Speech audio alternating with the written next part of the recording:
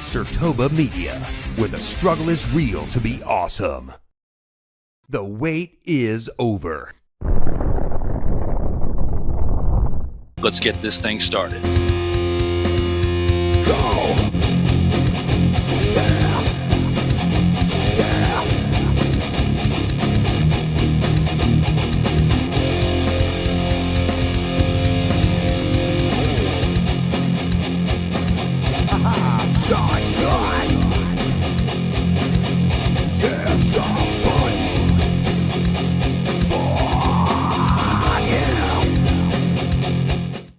Welcome, one and all across the nation and around the world. I welcome you all to episode 121 of the In or Out Sports Debate. I'm your host, Drew Willingham, and this week we are finally back after a 374-day hiatus. With that being said, it's time we bring in our very special guest. He is a 7-time Vault of Fame inductee, ready to bring the fire on tonight's special edition. Give it up for my man, D.O., formerly Mr. Rollback of Walmart Supercenters, Darrell Owens. Welcome back. What's up, brother? Good to be back, brother. Good to be back. 7 times. Woo. Time going for 8. Man, I tell you what, we have had some good times here on this show. We really have. And we're playing some clips, here in the green room, some things, some special music. You know what I'm saying? Some things that get the mood just right in certain places, not for us, not for us, right, individually, but for the championship belt. Yeah, it gets the mood set for that. Of course, Big Red down there in the corner. I gotta get my pointing right there. It is. Yeah, you got it. Big Red in the house. But 120 episodes before we came to a close last year on August 18th. And Funny enough, we're only a few hours away from August 18th. We're not going to be on here then. But that was between myself, Corey Mann, and Kyle Nash here for episode 120. And now you and I are back. And now that we're back, we get, special transitions that we get to click on here and there throughout this one. But my most favorite ones are the most updated ones that we have here on the slate, especially when it comes to this right here. We got this still in store. I didn't leave this hanging. We still kept this going from the previous one. But from last year, when that episode ended for episode 120, and you were last year for episode 110, just a couple of months before that, and a lot has changed since the last time we were on this show. These colors that we're donning, we got to see something pretty special. I know we talked about it on another program. We did. But I feel like we wouldn't be doing it justice if we didn't at least open this show out before we got started and talk about the fact that you and I were at the Hail Mary game, and you gifted me with this. What a great game it was, brother. What a great game it was. That right there, that championship belt on you.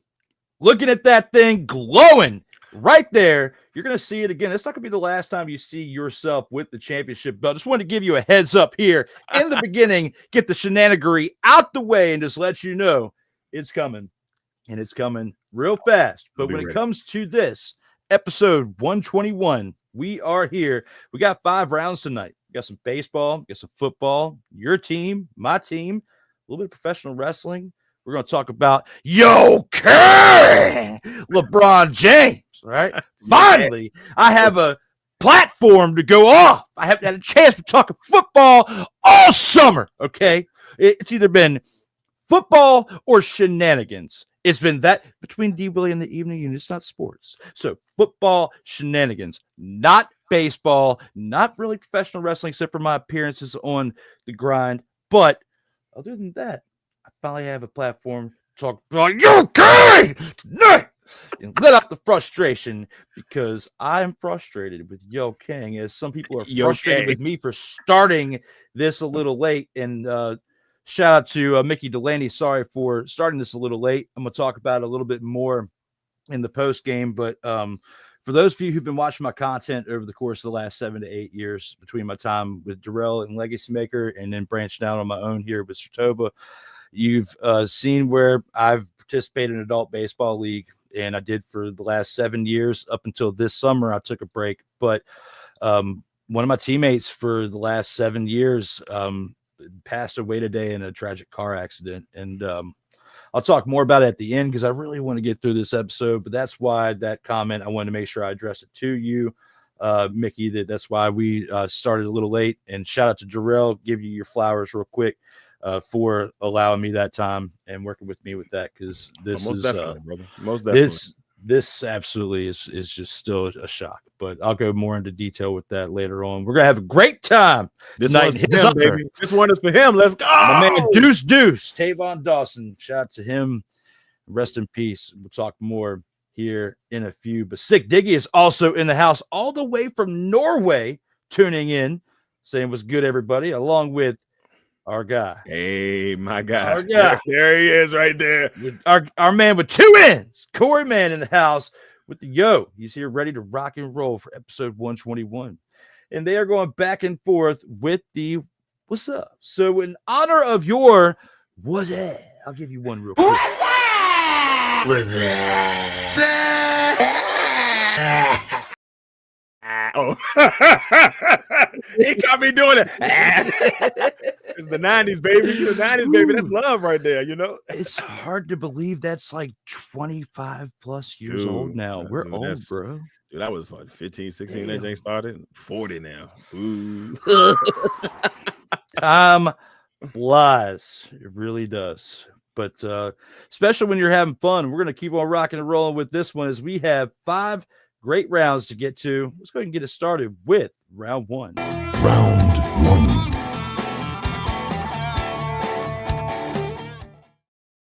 Let's take it to the Green Bay Packers. Darrell, talk about the wide receiving core, and that especially of Romeo Doubs, who should request a trade away from the Green Bay Packers. Are you in or are you out on this right here? Well, I'm out on this for selfish reasons, but I'm definitely.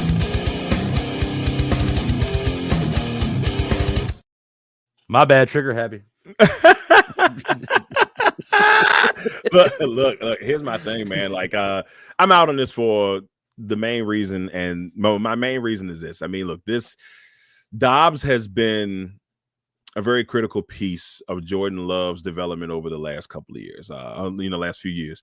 He did have his little moment last year where he was upset that he wasn't getting the ball. He wants to be a number 1 receiver. And in the very next game, they fed him the ball, and he pretty much had some really good performances towards the end of the season. My thing is this is a contract year for him. You could go and get traded. You can want to be traded, but I don't know if that's the move right now, because I still think he has to have something to prove while he's in Green Bay. He's had some decent moments, but he's never breaking out to be the guy that a lot of people thought he may have been. Maybe had a chance to take over as that number 1 receiver. And this is his best chance to come and be the number 1 receiver for the Green Bay Packers this year. Now, they did draft Matthew Golden out of Texas, 5'11", speedster. He's going to be a very critical piece of this team. They still got Jaden Reed. They still got a lot of good young receivers. But this is huge. Like, he's got to put it this way, the group as a whole, they have to learn how to catch the football. They led the league, I believe, in drops last year. You cannot do that. You cannot lead the league in drops. And the crazy thing is, they were the number 8 offense in the league. If you don't drop all of those passes, who knows how higher or how much better that team could have been last year. But it was way too many drops. So for me, I think he still has something to prove. I'm out on him trading, and like I said, a little bit of selfish reasons, but a lot of it is I think he does have a lot to prove here, because some team will take a chance on him, but I feel like this is your chance. If you can do it here in Green Bay, and if you decide you want to leave, you can, make your stock just a little bit higher. I like it. I really like your take with that, and unfortunately, for the sake of debate, and because of some already pre-made up decisions in my mind before we got started with this show tonight, when it came to this topic, I have to disagree. And I have to say in.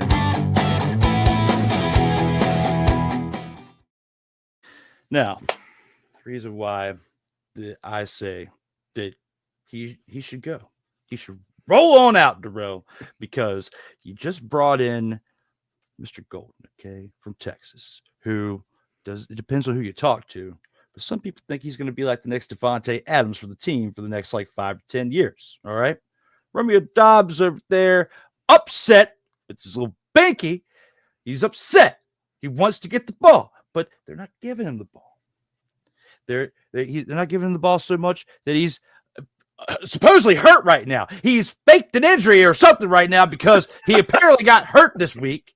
And this right here is one of the oldest tricks in the book, because you play hurt, you stay out. It gives you a reason to not have to participate for the team. And then by like week 3 or 4, they're finding a way to trade you for a 4th, 5th round pick. Like, he's not going to have his choice of where he goes.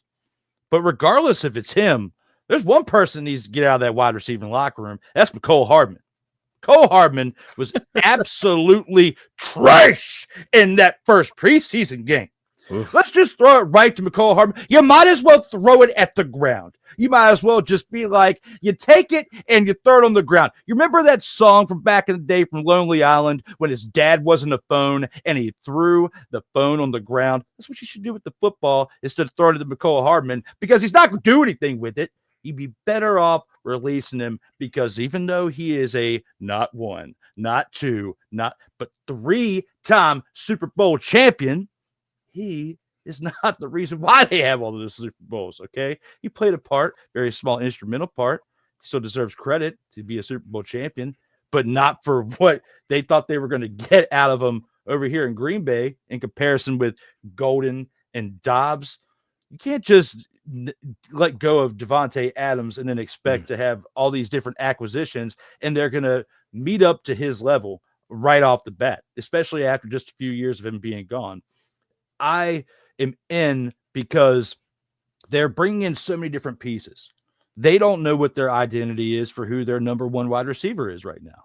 So they're trying to look at all these different options to say, who's going to be our number 1 guy that can lead and the others can follow, and who's expendable so we can bring in some other draft capital or save a few bucks here and there. And I'm telling you right now, Romeo Doubs, he's upset. He doesn't want to be there from what it looks like, because apparently his back's hurt. And before that, his head was hurting. Well, my head hurts looking into this situation and have to keep up with all this petty, wise BS, because he should be playing. You get paid a stupid amount of money to play a game we all love. You are blessed with the opportunity to be able to go out there and play the game of football. All right. You should be on the field. Not if you got a pinched nerve. I got sciatica. I still got to get up and go to work, pick up boxes, move things around, even though there are parts of it that are a desk job. It's still physical at points. If I can't move and go, then I don't go in. But if you don't go in for an extended period of time, eventually they're going to have to look at other options, and that's understandable. So right here, Romeo Doubs, you didn't do all that great last year. You're not starting it out all that great with not just your play, but your attitude. McCole Hardman's making it worse for everybody. He's at least making you look a little good right now, and you're messing it up. Get on the field, shut up, and play football. Look, I'm still mad, one, that they even brought McCole Hardman in. I said, I've been screaming for a veteran receiver for 2 years. I said, I need a vet that could come in and help lead. Now, look, he's a Super Bowl champion, but I don't want him to be the lead guy. You know, I don't want him to be like the 3rd or 4th receiver that can help the younger guys ahead of him. So I was not thrilled when I saw him come in there, and then, you know, obviously performing not up to par so far. So for me, I want to see there's so much with the Packers receiver room that I want to see. And this is a big year for Doubs. It's a big year for Christian Watson once he gets back completely healthy. It's huge for them. Those two alone, because the other guys are still kind of young and they're still under contract. So those two alone, who they both drafted the same draft, this is huge for them. This is extremely huge for them, and to see if the Packers are going to move on from them when the season's in. So I'm very I'm not going to say optimistic. I just don't want them to play bad this year. That's all I'm asking for. Like, please, guys, just please. That's all I'm asking. It's like, who wants the football? Like, and you can't rely, even though there have been teams historically in the past that have relied heavily on rookies, in certain cases, and at the wide receiver position too. But I just don't think that Golden's ready to be that guy right now. Right. You know, there were people that were putting all that hype. You remember last year on Marvin Harrison Jr. Yeah. And you saw how things went down with him in Arizona. Now, of course, we're expecting him to have a better year this upcoming year, because usually years that start off that way with your rookie year, in most cases with the hype, you kind of bounce back sophomore year. When you have a really great rookie year, then, of course, you have that jinx of the sophomore. Yeah. With Harrison, I hope they got to give him the ball a little bit more. The game I went to last year in Arizona when Commanders were playing them, they barely gave him the football. And I'm just like, so you got the number 4 pick, you're throwing the football, you know, it's just throwing the football. And that's kind of what we'll see how it goes here. Like, I think with Green Bay, somebody's got to step up. Detroit's got better. Minnesota, even though they are a quarterback, you know, I think McCarthy's going to be good. So I don't want to like throw in the shade. We got to still see what he can do. But that team is pretty much the same team from last year minus the QB. So that's going to be interesting. And then you got the Bears, who on paper, and they do this all the time, look better. So if you're Green Bay, you can't afford to take a step back. It's going to be they got a very tough schedule this year. So we shall see. I just need somebody to step up. And don't lose to the Commanders when I go to Lambeau in a couple weeks. That's all I'm asking for. Just don't do that. You know, they're already 0-2 in games that I've been in. So I'm like, look, no more of this, please. You come up in here, you have Commanders colors for your banner right there. We have Commanders colors everywhere, our logo. And you're going to throw this bad juju there already for your team to get the dub. I get it. I know you're just I remember we just look, it's my second time in Lambeau. I just want to be able to say, hey, you know, no losses, man. They done lost the last 2 that I've been in. I want to dub this time. You know, selfish reasons, of course, you know. Second time in the media, but you did go before with Mr. Rollback. So I did. I went once in 2016 with just me and my wife. But it wasn't a game though, right? It was no, it was a game going on. We went. They played the Lions. It was like the first game of the season, and we went. So it was them then. Well, the crazy thing is Green Bay was up 27-3 at the half, and the Lions came back, and the Packers ended up winning 30-27 after being up 27-3. I had 50-yard line seats. You know, shout out to my people, Jeff and all of them that helped with the situation. And it was just, I'm sitting there like, oh. So yeah, it was rough. But the last 3 times I've seen them play during the regular season, they lost. The one was the Alex Smith, Alex Smith to Terry McLaurin, big throw down the middle. And I think it was Alex Smith, one of Alex Smith, like 2018 or 2019. Alex Smith came out there balling out. And then the last one was Taylor Heineke. You know what I'm saying? Like Taylor came up in that bad boy after the Packers had a 2-touchdown lead, and then they came back and won once again. Terry McLaurin. Oh, and Adrian Peterson was the other culprit in that other game. He had like 200 yards. I was like, come on, man. So so I'm just like, nah, please. We're gonna talk. We'll talk more about Terry here in a little bit. But and you brought up AP. I remember because you and I were there together when the Alex Smith knee injury happened. Yes. Okay. That year, well, it was either that year or the year after, because AP was there for a couple of years. It was 2 or 3 years. 2018, I think. AP was there. Yeah. But I remember I got his jersey. Whenever I got his jersey, it's the curse. Kerrigan got the jersey, went to Philly the next year. Then I got this one with AP. He was gone. He was done. I think he went to Tennessee or something for a cup of tea for a couple games in the year. Yeah. But then he was done. And then last year, before the Hail Mary game, weeks beforehand, because we'd already planned it and we knew that they were going to be wearing those jerseys, got the McLaurin jersey. And we have all this that we're talking about this summer. So we'll talk more about it a little bit, but you bringing that with McLaurin and having his good shades of greatness throughout his tenure here, I'm feeling a little salty about what I have in the other room. Okay. All right. Don't worry, man. I think you're going to be good. Yeah. Even that picture I clicked on earlier right there, that's me and you wearing his jersey to the side right there. You with Big Red, me with Big Scary Terry's jersey on, and I'm pissed right now. But we'll talk about it more here in a little bit, as we got to keep it fun here with this show. But we got some comments we got to address before we go to the next round and talk some WWE after that. But looks like Six said he was laughing at the "What's it?" He said it was even funnier and scary movie. Oh, yes, it was. It absolutely was. First of all, where Doubs go, are any teams interested? Vikings probably. Dude, that's a soft spot because that happens way more than it should happen. I know, and I don't, Aaron Jones, Aaron Jones, Greg Jennings. It's been a couple Packer players. Ryan Longhorn, our former kicker, used to be our number one scorer all the time. Ryan Longwell, Longwell went up to that bad boy. So it happens more than I like. So, bro, that's the game, the professional business of football and sports, and then it happens to the real world too. People poach, people from businesses all the time. Oh, Brett Favre. Yes, can't forget that one. Favre. For the sake of debate, some shenanigans are coming. Just a little bit. I brought it. Sick and Mickey, what's up, fellas? As they say out there, and everybody can't be rookie Julio Jet Jones. Hey, man. Hashtag rise up. There's his love right there. Julio for his Atlanta Falcons. Julio was a monster. He was. He absolutely was.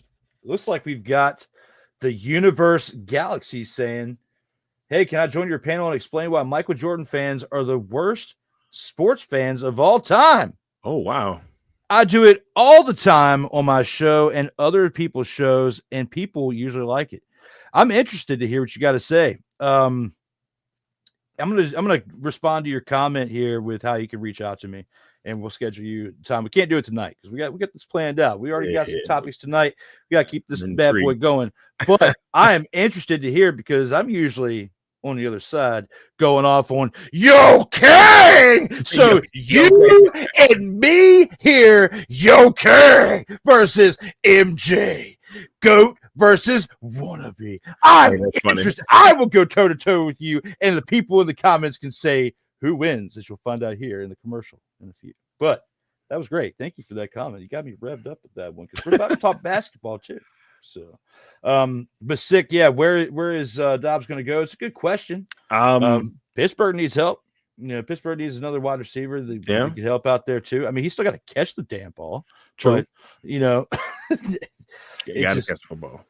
And for his sake, hopefully they don't trade him to the Jets as punishment. Oh my God! But I mean, the Giants have like 17 quarterbacks. They can offload a quarterback to help them out in the background, and you trade Jameis and some crab legs for Romeo Doubs. I love Jameis, man. I love Jameis. Hey, look, I'll take Jameis as backup, but I mean, Malik Willis has done a good job. I don't want to, push my man Malik out too fast. He went 3-0 last year as a starter, so shout out to Malik Willis. Shout out to Malik Willis. I'll still never let it go with crab legs. Just because I thought it was just wild that they even covered it the way that they did. Well, what's funny? He told the real story one day. He said what happened was the Publix employees gave him the crab legs. He didn't want them to get in trouble, so he took the heat. Oh, it's a donation. Yeah, and he took the heat. He said that they knew they were going to get in trouble because I guess they found out. So he just said that he took them because they gave it to him for free. They just it's Jameis Winston, so they just gave him the crab legs, and so he was just like, I took the heat, and he went from there. that's what he said happened. I said that's crazy. and now booster working at Publix. Just look at it now. Look, this dude has been what is that 2000 and what 13, 14? Yeah, they've been talking about this for 12 years, football. Man. And never went away. Johnny football time. They both got popped for taking whether it's some crab legs or signing some autographs, getting a few bucks. I mean, nowadays it's nothing. It's allowed now. It's allowed now. They need to get some dividends from this somehow. At least like 1% of today's. At least give them something, man. That's not fair. You can't be getting punished like that, and all of a sudden, 8 years later, it's okay. But with all that being said, brought the heat during the first round. Let's go ahead and take it on into the next one. Talk about some WWE action here with good old round two. Round two.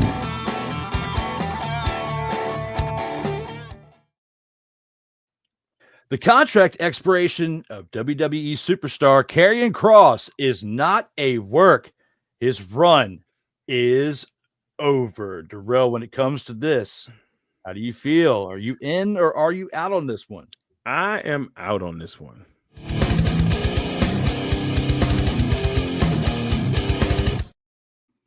Look, I'm gonna be honest with you. It's funny because a lot of people don't think that this is legit. Everybody think it's a work.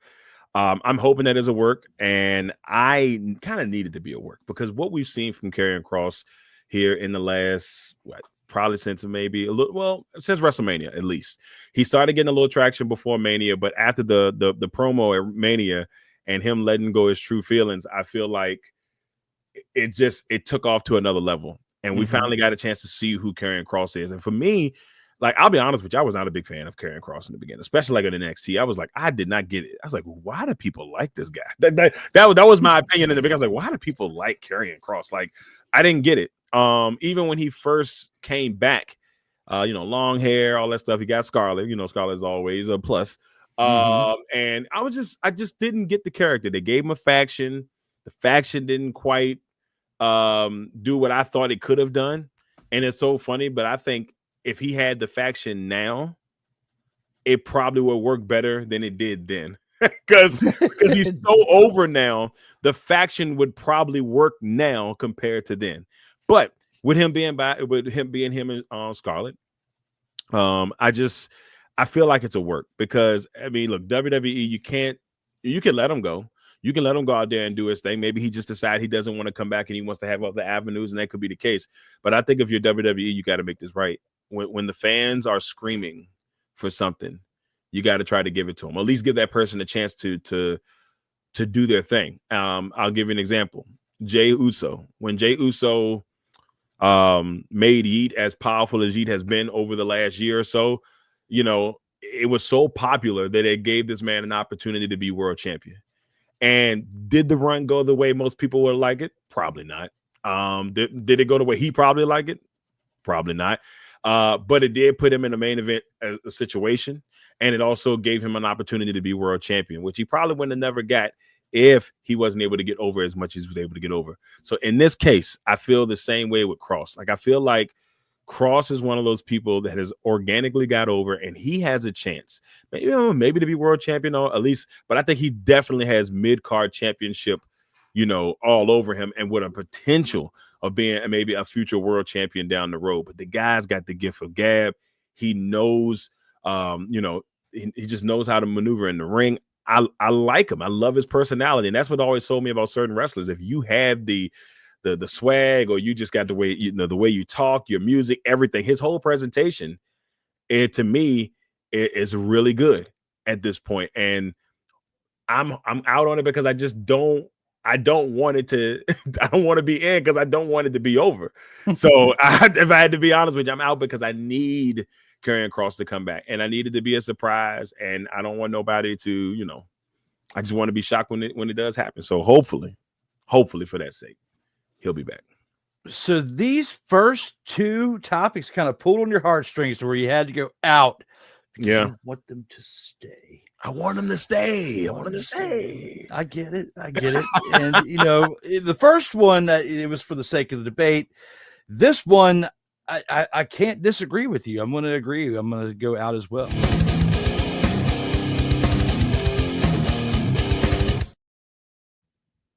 Remember when Karrion Kross first came in? Kind of looked like a Dollar Tree Randy Orton. Dollar Tree Randy Orton. That's great.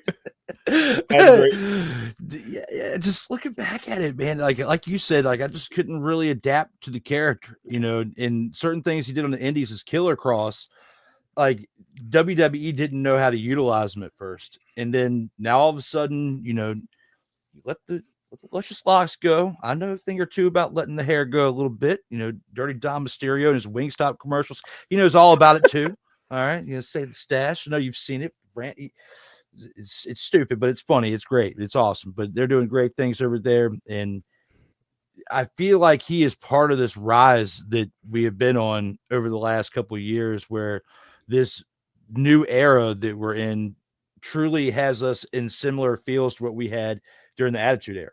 Okay, like as the hair's gotten longer, the character and the stable have improved. Very similar with Dirty Dom and the Judgment Day. The longer the hair has gotten, the more experience. They say the hair's experience, growing it out. Well, Karrion Kross out here talking on Rich Eisen, I believe it was the other day, which is one of the big reasons why I wanted to put this on here, talking about how the way his contract ended, he doesn't have a 90-day no compete. When was the last time we heard of anybody really have a 90-day no compete when they leave, no matter if they ask for their release or they release? Because a lot of these contracts that are still going on are still from the previous era. They were signed back then.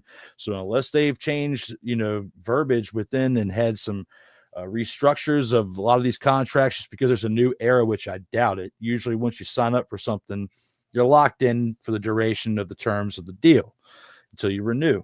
Well, I just don't feel like, that's a true statement. And I feel like he kind of shot himself in the foot, basically told us, like, within the next 90 days, like, we're not going to see him in another promotion.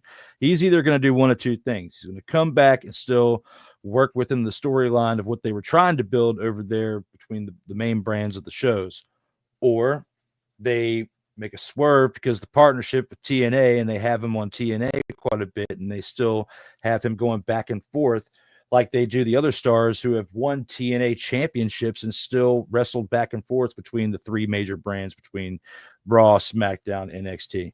So with all that put together, that's why I have to agree with you. Like, this is definitely a work. It's just not, it's, especially when I was actually working. It was in the middle of the night. I got home. You know how weird my schedule is. Got home late, and it's like 3:00 in the morning. I'm actually working on graphics between Total Football Talk and this. And I was listening to the Rich Eisen podcast with him on there and talking about the fact that he didn't have a 90-day non-compete clause. When was the last time we heard that? And we just saw him on TV 2 weeks ago. Right. And everything, I'll be honest with you, this could have been extremely well planned out. You got to think about the way he had the documentary that leads up, and it drops the day his contract ends, doesn't show up. The book, all that stuff drops at the right time, right? Then on top of that, he has the SummerSlam match. And remember, for a while, he wasn't getting any time other than doing stuff in the background, catering work, some people like to call it. He was doing that type of stuff. And now, he's, built this up. Every time he was coming out on Main Event, pop. I mean, we talking about Main Event Raw type of pops. You know what I'm saying? But that's big what time he was pops. getting. Yeah. That's right. That's what he was getting. So I'm sitting there thinking to myself, like, how in the world do you let this go when this man is on fire right now? You've got to take advantage of him and give him the opportunity to thrive. The guy has it. The question is, will they help, push it? Or, how will they end up reworking it? So I'm intrigued to see where they go with it. But it's got to be a work, Drew. It's got to be a work.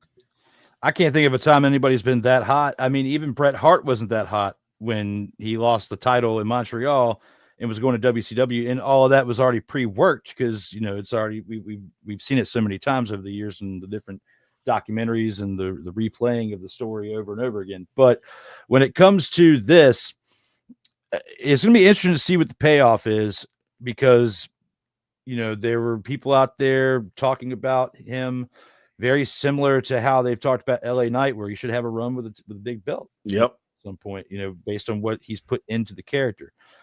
Corey absolutely covered it great yesterday because he's got this new segment he introduced called Bad Booking. And this is on there. Like, it's got to be. Karrion Kross. Yes. He is talking about this. Basically, this isn't on the radio or anything right now, how shit-tastic it was. Like, it was bad. It was bad booking. And for all the good that this Triple H, Paul Levesque era has done, there have been some misplays along the way. Like, everybody makes mistakes. You can't be perfect. And so that's why I'm not going to throw shade at him for that into this, because you've got a lot of talent over there. You also acquired Triple A, which they just had Triple Mania yesterday. That was great, by the way. That was great, by the way. I've only been able to watch half of it, but so I got to go back and watch the other half. I still need to. I want to see Dom's match, but that's actually on my list of things to do later on. But with that, I mean, they got a lot of talent. They've acquired a lot, and they're also working with other promotions, things that couldn't be managed in the previous era, and that's why I feel like this is a work to where, whether it's like Omos, working with AAA. Which, why is he a luchador? Okay, why is he in Japan and then fighting the luchadors? I was getting confused with that earlier because I haven't really kept up with AAA. But I'm like, Omos, and then there was like a 3-year-old kid in there in the Royal Rumble, like the little man, whatever. The Micro Man was in there. Yeah. I was like, Micro Man 2'1". Yeah, I was like, what the hell is going on? This isn't fair, bro. It was hilarious, man. I don't know if you got to that part yet, but when you get to it, you will tear up. Because it was like Omos has grown such a really big following on, ever since going to Japan. Like he's starting to like up there. And people are like, why won't they bring him back? And I think this is the slow bring back. They're bringing him to Mexico, but he's got a really nice international following now. Go figure. Who would have thought?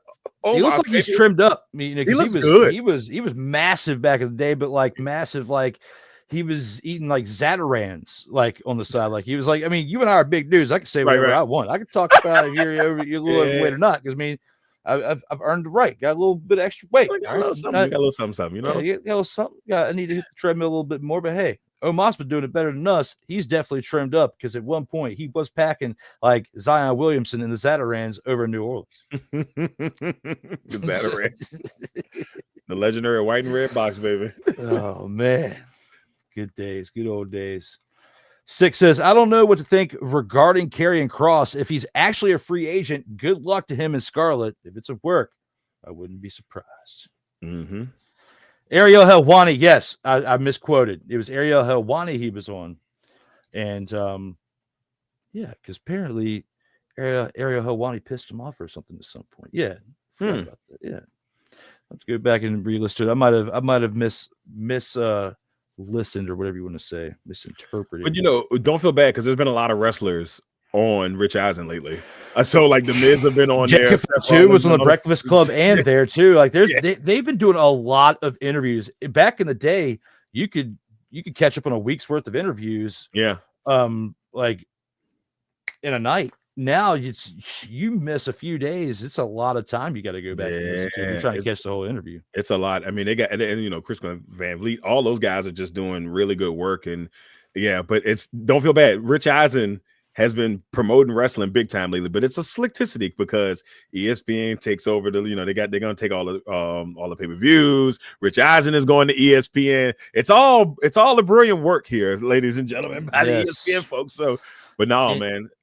And we'll be watching WWE on ESPN, and we're going to have to pay for another app next year. I mean, it's ridiculous. If you got Verizon, you good. I was so happy that man. I got Verizon. It was like I ain't got to pay for it. I'm like, whoa! I got Comcast. Whoa!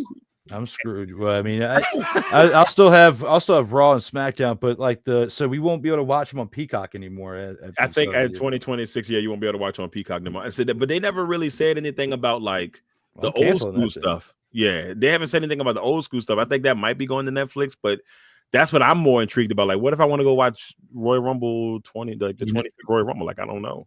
Sick actually can answer that in the chat. He's brought some of this up before, not to as much in depth, but in Norway, they had the WWE Network until like this year, and now I think he said Raw and SmackDown and the PLEs are all on Netflix now. Oh, that must be nice because over there, like, it's different than internationally than it is here. So right, but. Yes, he said regarding the ESPN deal, I'm glad that he's in Norway. Everything is on Netflix for him, so I was right. Oh, beautifully done. You have Raw, you have SmackDown, you have the PLEs, Saturday Night's Main Event. He's got everything. Oh, that's good. Then people about to get worked over here. People about to get worked over here. It's crazy. Woo. Corey said his contract wasn't renewed, so the non-compete clause didn't apply to him. All right, so he can run away whenever he wants to. It will be interesting. I still feel like that's just them saying what they want for us to believe. I hope so. I hope it is. You're just telling us what we want to hear in order for you to make this thing work. So you come back as Survivor Series and get everybody up. Okay. You're going to wreck everyone and leave like Roman Reigns. The pop is going to be crazy wherever he ends up. Like, they're going to go crazy, especially if it comes back at the right time. Like, it might be a Rumble thing. They may make us wait. But when he does come back, hopefully it'll be great. Really good.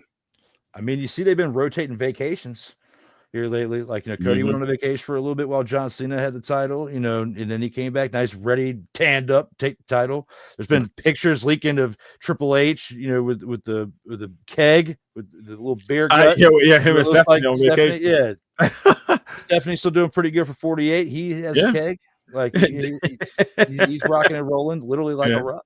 They were making fun of they was like, he's still wearing the same swim shorts from 20 years ago, because they took a picture. There was a picture, it was a picture of him and his daughter, and he was still wearing the same trunks. I'm like, bro, he been rocking those trunks. You know how guys work. We're like, we don't need to change anything up. I'd rock the same swimming trunk for 20 years. I don't care. Yeah, man. Save that money. Just only need a few pairs. You're good. You're rock and roll. You need to buy one every single time you go to the beach or something. Long as I can wear them, I'm good.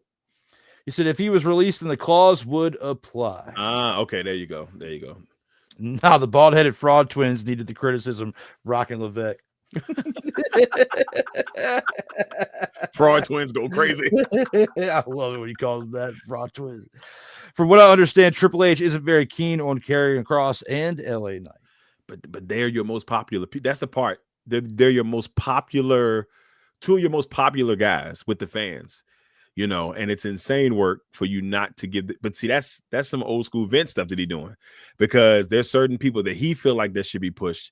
And instead of listening to the fans, he did that to Dan Bryan back in the day, and the fans took over it. Like, they had no choice, because of what Daniel Bryan did back on that run, a few years back. So, yeah, man, Tripp, don't be that guy, man. If you see the fans screaming for it, give us what we want. Hey, they wanted Edge and Christian, not Cope and Christian, to hug it out. And they did. So we're getting what we want in certain aspects. But WWE got the bigger stage. You need to remain consistent. That's right, man. I'm bald, I'm short, and I ain't got any hoes. Straight up. That's where it is right now. I'm struggling. Whew. That being said, struggle is real to be awesome, especially with that added to the category. But especially speaking of things that are breaking, we got some breaking.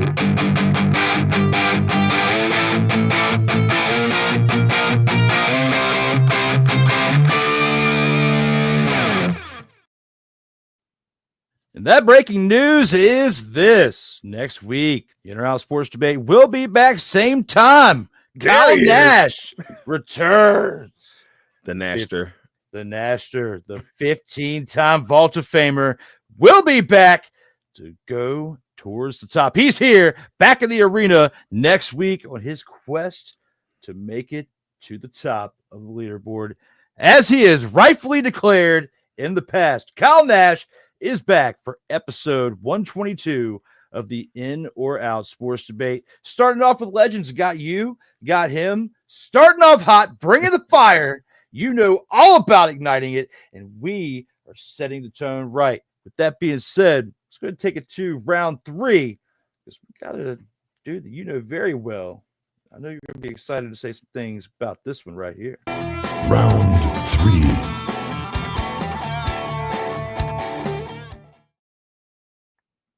Round 3, Cal Raleigh will break Aaron Judge's MLB American League record of 62 home runs. Now that we're in baseball, Darrell, how do you feel? Are you in or are you out on this? Oh, man, they're going to think I'm a homer. They're going to think I'm a homer. No pun intended, but I'm in on this one.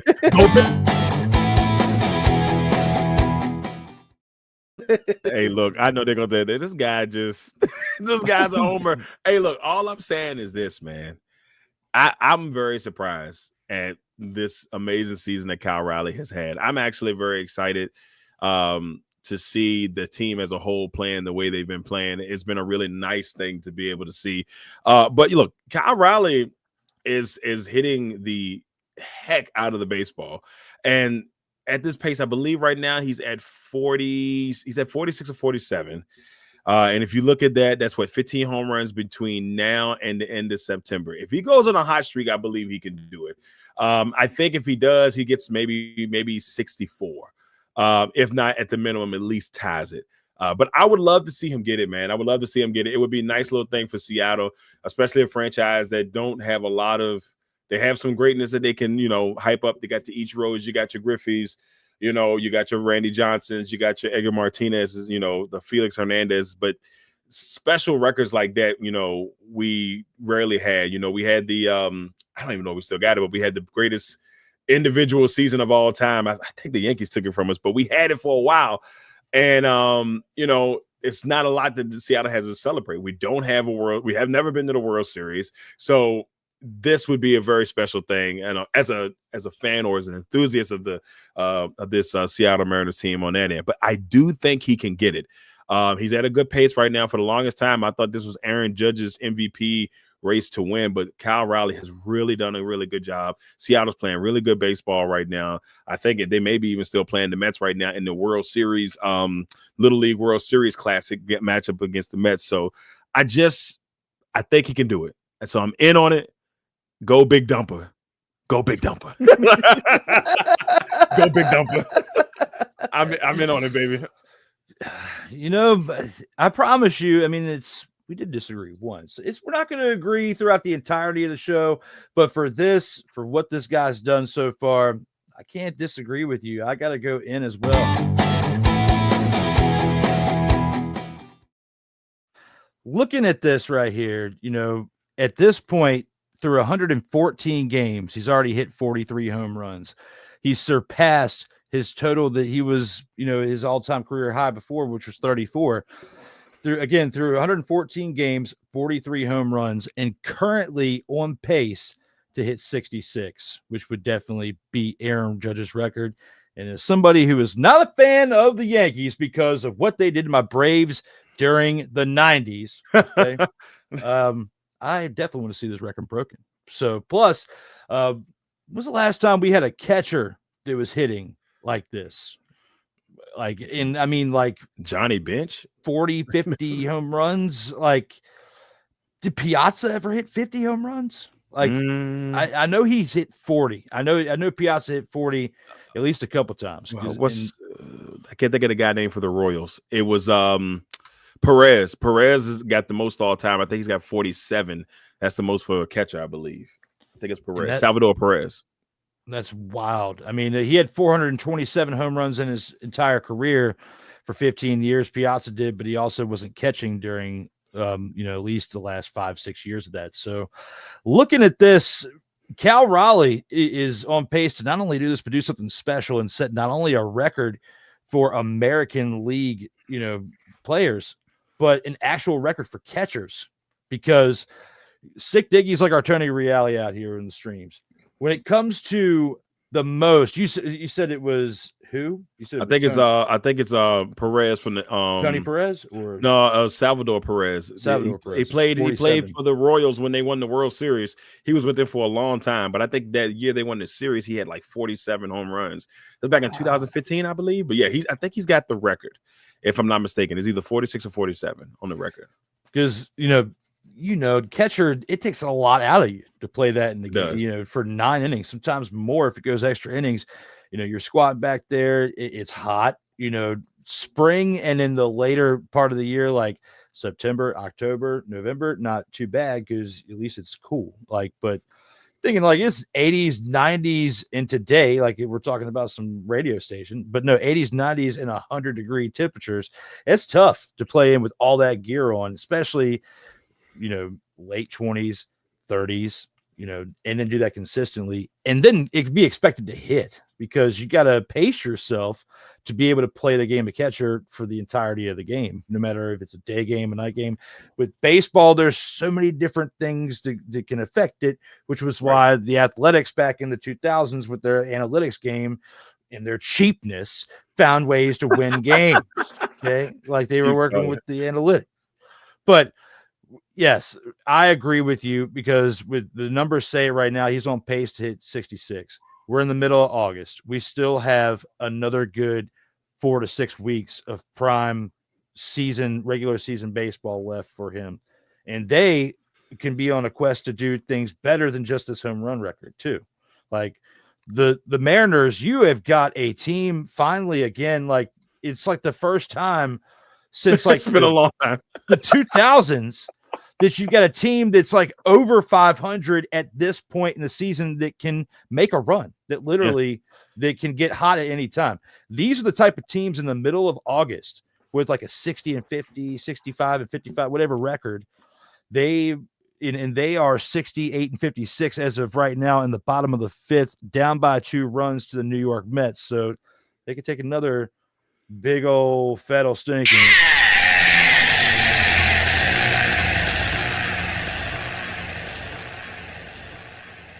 But let's hope not. Let's hope that doesn't happen. We don't want those. No, but they've it's do or die time just about for them, for the team. And if it gets to the point to where he needs to pace himself more and need to be more readily available for the team, I can see him kind of cutting this thing down around 50, 55 to where he's not really trying so hard. Because no matter what anybody says, when you hit a home run, you're trying to hit a home run. Like, it's very rare you're just trying to get a hit and it just goes right over the fence. Okay, you're not Kenny Lofton. All right, you're hitting for the fences. So Cal Raleigh, 66. Come on, man. Look, I just want to make the playoffs. That's one. 2, I would love to go to the World Series, but I don't want to hold too much. I just, at this point, just make the playoffs. We only made the playoffs once. No, twice this century. And it was 2002 and 2023, I believe. So it's been a while. They just make the playoffs, see what happens from there. And at one point in the 90s, you had Edgar Martinez, Jay Buhner, Ken Griffey Jr. in his prime, A-Rod, Martinez. A-Rod. You had him while he was clean. You know? Yeah, we had clean A-Rod. Yeah. Clay Rod. But yes, this has been a wild scenario. There's nobody else. I mean, the Nationals made it to the World Series and made it and won, and the Royals won, and hell, the Texas Rangers just won recently. Everybody won but us. So, and the Dodgers have won a couple times, and for the longest time they couldn't, because they couldn't get one since the Kirk Gibson World Series. So you're due. It's got to be time, right? Like, it has to be time. Go M's. That's all I'm saying. I just make the playoffs first, see how it goes from there.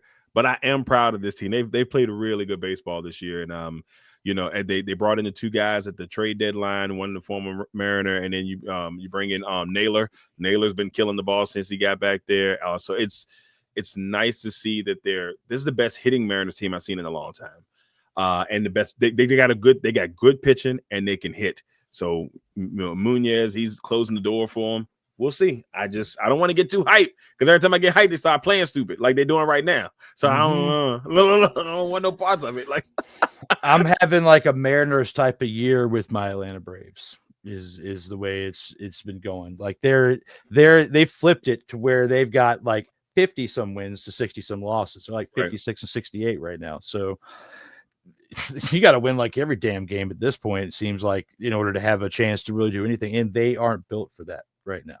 So it's tough. When you go through the tough years, you take them as they come, whether they're football or baseball related. It's like the 2 biggest sports that give us the most heartache, because as much as people want to say it, the average person doesn't invest enough into basketball. Even if you are a fan of it, you don't invest enough into it to where you're upset the next day if like your team made it to the conference finals and then lost. Right. Or, if the Packers got to the Super Bowl, or if the Packers were in the situation like the Commanders last year and had a really nice year, got to the championship game and then got thumped. Right. I mean, didn't even need to show up. Like, that's how bad it was. You might as well just let the other team play, let the Lions get beat up. At the same time, it still was good, right, for the moxie of the team. Well, like me and you, we're both Heat fans. The Heat have been in the finals twice in the last 5 years, and that it has, the fact that they lost both of them did not affect me. If the Mariners got 2020, they should have won in 2020. Yeah. If they got steamrolled in the other one, but against the Nuggets. But I will say this: if this was a whole different dream where, like, that was the Mariners, I'd cry. I think I would legitimately cry. The Avalanche have done me well. The Packers have. Those are the only 2 teams I think that would hurt my feelings, would be Green Bay and the Mariners. And I think it's because the Mariners just never have been in that position. Green Bay is because everybody loves football, and bragging rights are very important in the world of football. Very true. Yes. Mm-hmm. I mean, football is sacred. Baseball, for me, it's always been like football 1, baseball 2. But I always enjoyed playing baseball more than football, though, of course. Right. But, you can't have your cake and eat it too always. But yeah. When it comes to this, though, I'm excited to see what Cal Raleigh does. And I wanted to bring this topic up, especially for you tonight, because there's not enough coverage of situations like this until it gets to this point. And that, there have been people that have been very quiet. It's kind of like, what's the guy that plays for the Reds that Rob's been talking about for like 6 or 7 Dela Cruz? Yes. I remember Rob's hyping him up when he was still like class A ball or whatever, like double A ball. And he main prospect, he was talking about Ellie De La Cruz. Now look at what he's doing. All right. Yep. Cal Raleigh struggled and did not have a good showing in the minor leagues for a few years before he got a chance to get before he got hot. Before he got his opportunity. Look at what he's doing with it now. And it's really special because he's a catcher. Right. That's the part. And everybody's like, they're so impressed. Like, for you to catch for 9 innings and then go out there and do what you've been doing is extremely impressive. You used to catch, Mm-hmm. Yeah, it's my body tells me that I did too.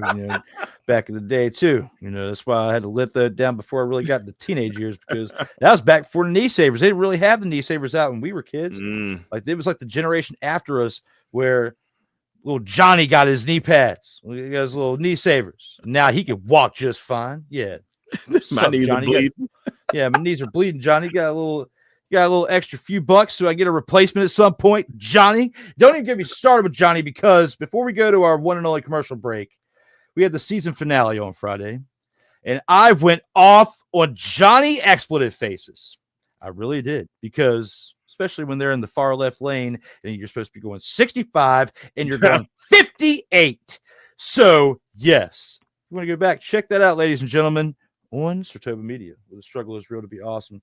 Get ready for some wild commercials over the course of the next 2.5 minutes. We'll see you here on the other side for the last 2 rounds of episode 121.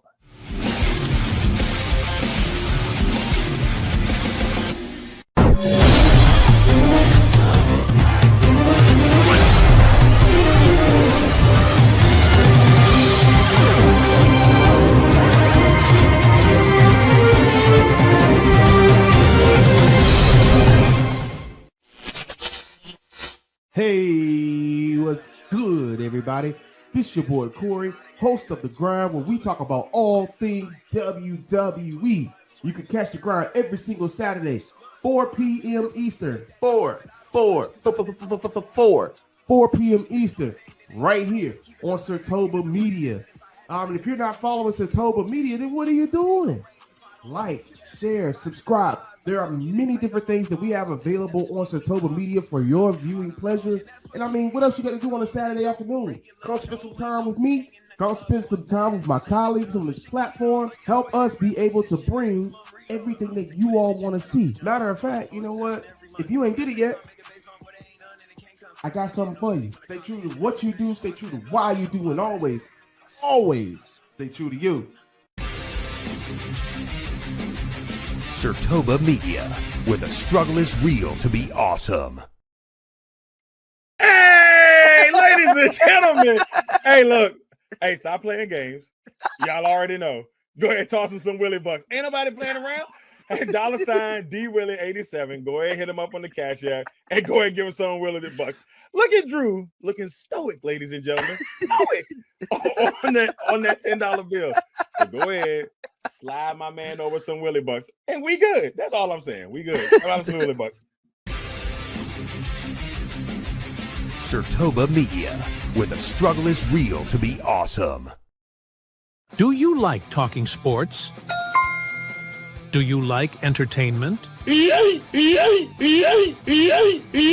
you like the occasional series of heated discussions? Are you in and out, Drew? With that said, Drew, I'm hearing a bunch of stuff in your mind. I know you know this team very well. Are you in and out, my friend?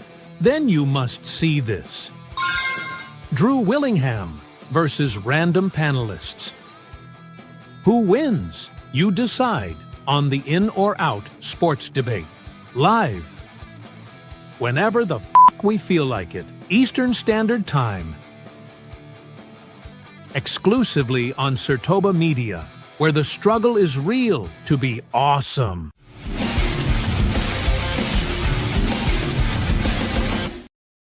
Welcome back to episode 121 of the In or Out Sports Debate. I'm your host, Drew Willingham, along with the 7-time Vault of Fame inductee, Darrell Owens. Hey, what'd you think of our newest addition to the commercial lineup? Love it. A couple things. First, if y'all don't know, I'm just gonna go ahead and repeat it now. What's taking y'all so long? Go ahead and get this man with some Willie Bucks. Just throwing it out there for those who don't know. If you don't know, what's taking you so long? Go ahead, hit this man up, get the Willie Bucks going. You already know what it is. This man is trying to grow in this business, and he ain't gonna be able to grow the way he want to unless you're tossing this man some Willie Bucks. That's all I'm saying. That's all I'm saying. Come on now. Who would have thought? It was an episode like 17 or something like that. I think that's crazy. It was when you and I, when we see the Vault of Fame here in a little bit, we'll be able to see it. There's so many names on it now that it like flies. Like I got to readjust that thing. Is it like it's like torpedoes, man. Like we got to make some adjustments to the vault, but throughout the other adjustments I've made to make some additions to the show, I figured it was time that it had its own real genuine commercial. And it was there. And to be able to take apart from the origins, and I said to Rob earlier, he loved it too, is like to be able to take something from the origins where it got heated and find a way to throw it in there. AI is taking over in some good ways. And I've been in 2025 been playing around with some different apps and finding different things to try to spice things up. And I'll even give it out to everybody here watching. It's called 11 Labs. Text to speech AI. You say whatever you want, just like you obviously saw. Don't let me have an AI generator because I might throw a couple words in there that I might have to go back and bleep out for the comedic effect afterwards. So that's what we had with this. But when it comes to this episode right here for 121, we still have 2 more topics that we have to get to. And one of them, I've been saving the last little bit of energy I want to really go off on. Oh boy, here we go. But it's which one is it though? Which one is it? Because that's the curveball. It's tough, but we're about to find out right here with round 4. Round 4.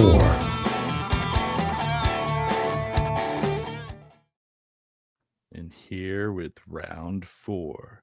Okay! LeBron James will not be on the LA Lakers roster for Game 1 of the 2025-2026 NBA season. When it comes to talking about okay! How do you feel about this, Darrell? Are you in or are you out on this topic? I am out on this topic.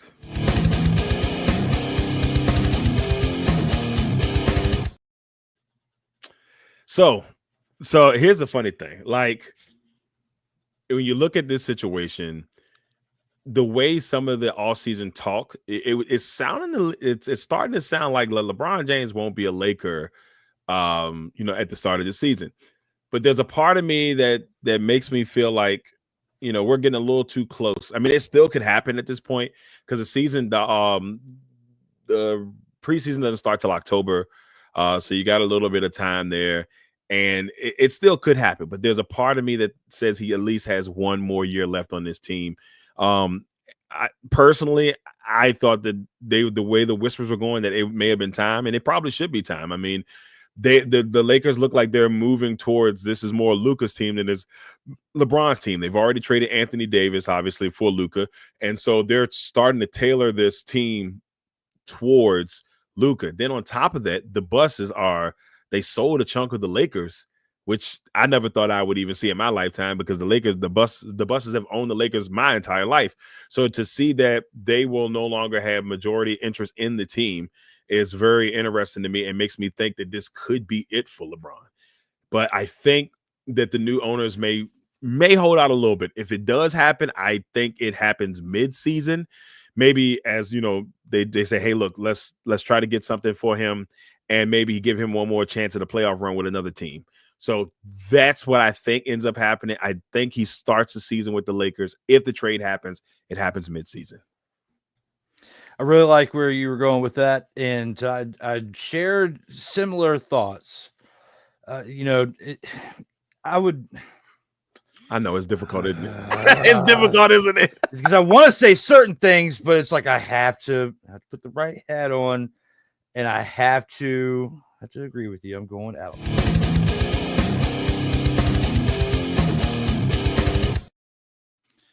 I didn't want to.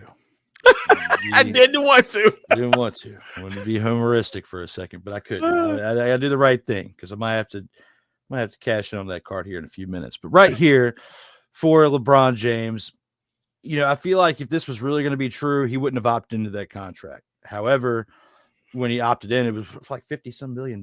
So it's like, even if he did become a free agent, I don't think that anybody would give 40-year-old LeBron $50 million like that, because, just like we're seeing with other sports, McLaurin, early 30s, the NFL doesn't want to pay you for what you've done in the past. They want to pay you for what you can. They, of course, want to reward you for what you've done to this point, but they also want to pay you the fair compensation for what they're going to get out of you for the remaining duration of the contract. They don't want to overpay. It's not like a situation like Kobe Bryant when they paid him like basically the back pay towards the end when they were paying him like it's like $60-some million. I think it was a year Kobe was getting, because they were basically paying him for what he had done when he was taking the pay cuts to win the championships. Right. So here we don't have a situation where LeBron has brought multiple championships to Los Angeles. He's only brought one, and it was kind of cheap. It was the bubble championship, even though I wouldn't say the same thing if the Heat won, but that's that's the fan in me. Okay. That's where you can draw the line with me being a homer for that team. Okay. But again, regardless, he still hasn't brought anything in 5 years. Regardless, wherever he goes next year, he's going to be for like half of what he's getting paid right now, maybe like $22 million max, because this contract year, like a lot of players, you still got to prove that going into age 41 that you can do what you've been doing over the past few years and remain consistent. And there have been some issues of you getting banged up a little bit here and there and spending a little bit more time off the court than you've spent on it over the duration of like the last 10 years, which you had done up to that point. Now, a lot of that, yes, you're older and you're running up and down the court. It's expected, body breaks down, and you're not going to be around but so much longer. But for what they've invested in him throughout this time, you got Bronny over there too. They could potentially be some type of extra trade bait within the package if LeBron gets traded. He's never been traded before, and I don't think we're going to see a situation of him getting traded even during the season, to be honest, because people who have their blinders on are out there saying that he's the GOAT. So they don't want to see the GOAT get traded during the season. Michael Jordan didn't get traded, and even though we got somebody out here who I would love to definitely challenge us at some point on here, video stream, yes, and we have a discussion about we could have just one round and go an entire 90 minutes with one round on Michael Jordan and LeBron James. No other 4 rounds. We might have to take a commercial break if we're talking about one thing for an hour and a half. But I'm just saying right here, he'll play game 1. I agree with you with that, Darrell. I think he plays the entirety of the season, regardless of how far they go. He does not come back for the year after that. And I think Bryce will be in the league when he goes to the new team. So very similar to what he did with his contract last year when he was a free agent. He was waiting around the time of the NBA draft and Bronny to get drafted and using all of his leverage to get Bronny onto the team. How do we know that he didn't do what he did this year just so he has an opportunity again next year? Even though Bronny's locked into 2 more years with the Lakers, Bryce has been touted to be the better kid anyway. So he's going to want to go play with him. That's just me being real. I think that's what happens regardless of where Bryce goes, whether it's a contender or not. LeBron makes history by playing with both of his sons. It would be interesting. I think personally, I think he has no more. I think he plays 2 more years, this year and next year, no matter what. I think that next year could be the end, but he may not say it, but I think he may get a farewell tour, and he would deserve it. I'm not going to sit here and act like he wouldn't. I mean, look, this guy's been in the league for 23 years. He's carried the league for 23 years. I'm 15 days older than him, so he's been carrying as long as like 15 days older than LeBron. LeBron has been carrying this league. Or been the face of the league, I should say, for 23 years. So it's going to be well deserved. And if he does 2 more years, he may stop at 25 and then call it a day. But I think that's maybe as long as we get. I think he may wait, kind of see where, Bryce's, logistics are looking. Is he ready for the NBA? A lot of people say Bronny wasn't ready for the NBA, but Bronny's shown a little something here and there. But that's where I think it kind of goes. So I think we got maybe 2 more years of the Kang or their Kang. And then we kind of see where it goes from there. I'm intrigued, but yeah, I just, you're right. I don't see them. There's a part of me that doesn't see them trade him, but if it does happen, it'll have to be midseason. I don't think it's going to be before. And I think with the blowback that you would receive, whether it's from the snowflakes or the historians 5 years later, you're never going to hear the end of it if you trade him during the season. Yeah. If you were going to make the move, you would need to do it before preseason even gets here. And the fact that we're mid-August, I want to bring it up because it's been quiet with the talk of this here lately. If nobody's been really hyping it up by the end of August, it's not happening. Yeah. Especially with somebody of that caliber. If you were a middle-of-the-road player, then, of course, I mean, fair game. But the Stars, that's why the Lucas trade it threw everybody off. Because blown away. Not necessarily where he went and how it was when it happened. Because it was like February or something like that. Yeah, and it was why it happened. It's like, why? If you pounds overweight? Yeah, if you're Dallas, you got a guy who obviously he didn't want to leave. I mean, that was evident. And you trade a guy, you got your next Dirk Nowitzki. Dirk was there the entire time. And those Dirk Nowitzki type players, they don't come around often. So you had him. And then you trade him for injury-prone Anthony Davis. I'm like, what is the move here? But that was also another situation where new ownership was involved. Mark Cuban's not the main man right, anymore. And he's not the main man anymore. So that's when you tell him this new NBA is just a little bit different. And if LeBron does get traded, the only place I could see him going really would be Cleveland. I just think Cleveland's got a good and up and young coming team, and he could be the missing piece of this Cleveland team. Making a run to the championship. They were the number 1 seed last year and ended up losing early. So, especially if Cleveland gets a high pick and they can finagle it to where I really think that Bryce comes into the draft next year. I think that, with what happened with Bronny, it was a very tough situation. Regardless of my shade that I throw at LeBron, nobody wants that. I've experienced my own issues. Nobody wants to deal with anything like that. It's tough. So, especially for that age. So unless there's some wild thing we're not going to see comes about, Bryce is going to have more of a successful year in this year 1 in college. He should, at least, especially from what we've seen on tape in comparison to what we saw in comparison with Bronny as a high schooler and Bryce. The two, I'm not saying he's going to go out there and dominate, but we should definitely get a lot more of a highlight reel with him. That would at least spark more of an interest. When Bronny was already having all that hype saying he's going to be a first-round pick, but then he, of course, fell to the second round, and rightfully so. I think Bryce goes first round, not necessarily first overall pick, but depending where he goes, I think it's going to make a big impact to what LeBron decides to do during the offseason. Yeah, it'll be interesting. I mean, like him being in Arizona's a really good basketball school. And I think, depending on the playing time you get, it'll be critical to see if he makes the leap after a year. If he makes the leap after this year, I think LeBron's next year is definitely his last year. And if he stays in college, he can call it after this year. He might. So, especially with the talks of his wife giving him a hard time about wanting him to retire and stuff that was going on at the beginning of the summer too. It's time. I mean, he got 4. He doesn't have anything else to prove at this point. He really doesn't. I mean, like the guy is a top 5 player of all time. Can't take it. He's not the GOAT, but he's a top 5 player of all time. He's not the GOAT, and he softened the game a little bit. They did change the game for this man. So he's the Tom Brady of the NBA without the championships, but the diva of the star player-esque like diva-ness.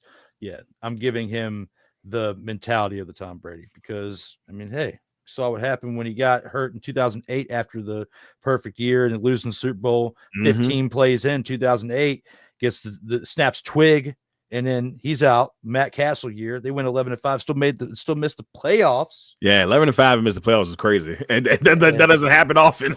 And then you got this. So yes, they goes to show that the team was really good around him, Tom Brady, in those years.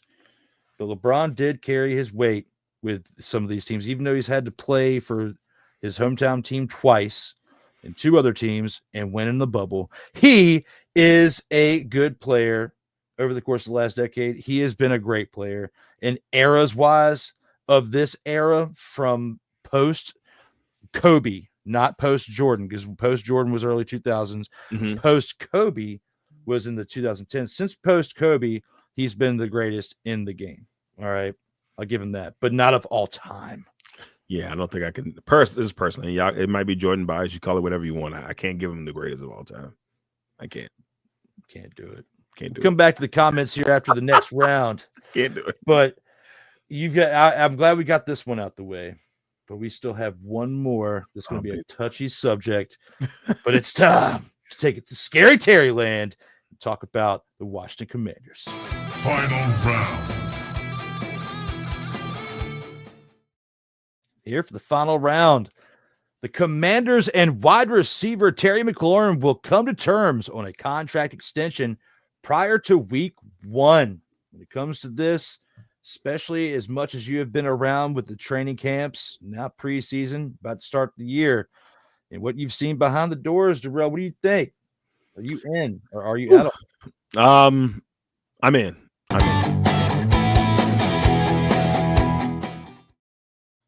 Look, if you're Washington, you have to have him there. Yeah, it's that simple. I know if you're Adam Peters, you may not want to pay that much money to a guy who's about to turn 30. I understand that part, but also, even with him turning 30, I think in October, this guy has been the heartbeat of the Washington Commanders since he's coming into the league. He has been the heart and the soul of this team when they've had bad quarterbacks. He's been there. They got a good quarterback, and he's shown what he can do when he has a good quarterback. Terry hasn't shown any signs, in my opinion, of falling off. I would be more concerned if I saw that, and then I'd be like, okay, now I can understand why they don't want to pay him. And I know Terry may want a certain amount. And I know he wants DK Metcalf money, and he may not get that. I think they can come close to it, though, in my opinion. And look, the Commanders have a lot of money. But they just have to find a way to work the contract to where it works in both favors. But you got to have him week 1 because the Commanders receiving core is not. It's not. How can I put this? It's just not as good as it could be when you have Debo and Terry. Then you can throw in the other, some of the other guys. You got your Luke McCaffreys and those type of guys. You got to have them, man. Like you got to have your number 1 receiver there. Debo. As much as I like Debo as a player, he has some injury issues. Knock on wood, Terry has rarely had any injury issues, and he's been your go-to guy. And then you don't want to mess up that chemistry that Jaden and Terry have together. It's if you don't have this done by week 1, to me, that is a huge problem. You got to find a way to make it happen. And I don't care what you do, you got to have Terry there. Not just for the fans, but for Jaden's progress. I think the biggest thing that, and I spoke to my colleague Candy about this the other day. If you are the Commanders, if you think, okay, well, Terry's too old or whatever, you have to think about this for Jaden's development. Forget, and this is gonna sound mean, forget Terry, but just imagine what Terry being there is going to do for Jaden until it's time to pay Jaden. So if anything, you pay Terry to help continue to develop Jaden as his, as he gets a little bit older, as he keeps growing. You want to have that. You want to have that security blanket for him. So when it is time, if it is time to let Terry go or let Terry go on his way or whatnot, you have Jaden hot and ready to go for any other receiver that does come in. I just think that Terry is a very critical piece of Jaden development. You got to find a way to pay him. You just got to. So I'm going to say in because it just has to happen. It has to, Drew. They can't go without him. It's not a good look. It's not a good look. I'm not mad at it. I do not disagree with what you're saying at all. And, for this, we're definitely going to agree going on out of the gate because you got to pay this man. Got to pay him. With that, I am in.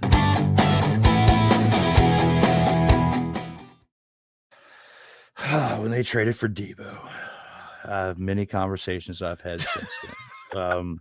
I've heard the delusional ones feel like he is going to be the savior of what we needed on the other side of the field, where when Terry's getting double covered, you got Debo open. It doesn't necessarily work like that, ladies and gentlemen. It doesn't. You know it, and I know it.